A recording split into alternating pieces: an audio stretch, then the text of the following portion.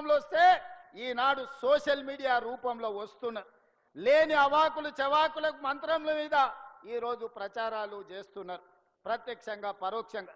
ఈనాడు టెండర్ల గురించి కొన్ని పత్రికలు రాస్తున్నాయి. సింగరేణిలో కొంత కుంభకోణం జరిగింది, బొగ్గంత మాయమైందని. నేను ఆ పత్రికలకు, ఆ టీవీలకు, ఆ సోషల్ మీడియా వాళ్లకు, ఆ రాజకీయ పార్టీ నాయకులకు నేను చెప్పదలుచుకున్నా, ఈ ప్రభుత్వంలో అవకతవకలకు తావు లేదు. అనవసరమైన ప్రచారాన్ని, తప్పుడు ప్రచారాన్ని కల్పించడం ద్వారా అపోహలు కల్పించి మళ్ళీ శుక్రాచార్యుడు, మారీచుడు, సుబాహుడు బలపడడానికి మీరు ప్రత్యక్షంగానో పరోక్షంగానో సహకారం చేస్తున్నారు.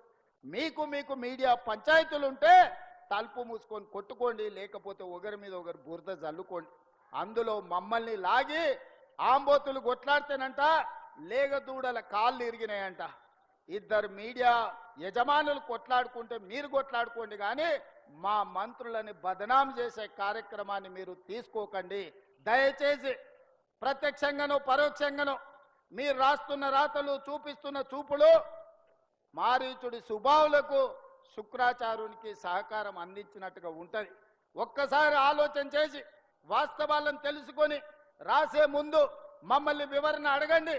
తెలంగాణ రాష్ట్ర ముఖ్యమంత్రిగా రోజుకి 24 గంటలు, సంవత్సరానికి 365 రోజులు ప్రజా జీవితంలో ఉన్న ప్రజలకు అందుబాటులో ఉన్న మీడియాకు కావాల్సిన వివరణ ఇవ్వడానికి తెలంగాణ రాష్ట్ర ముఖ్యమంత్రిగా నేను సిద్ధంగా ఉన్నా.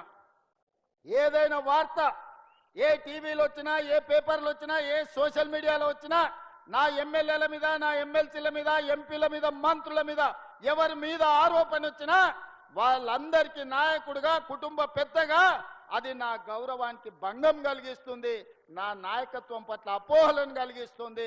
ఇలాంటి విషయాలలో ఎలాంటి కాంప్రమైజ్ లేదు.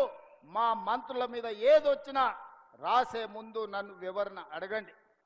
ఈ ప్రభుత్వాన్ని అందరినీ సమన్వయం చేసుకొని, అందరి సహకారం తీసుకొని, అనుభవజ్ఞులైన తుమ్మల లాంటి వాళ్ళ అనుభవాన్ని తీసుకొని ఈరోజు ఈ ప్రభుత్వాన్ని నడుపుతున్నాం.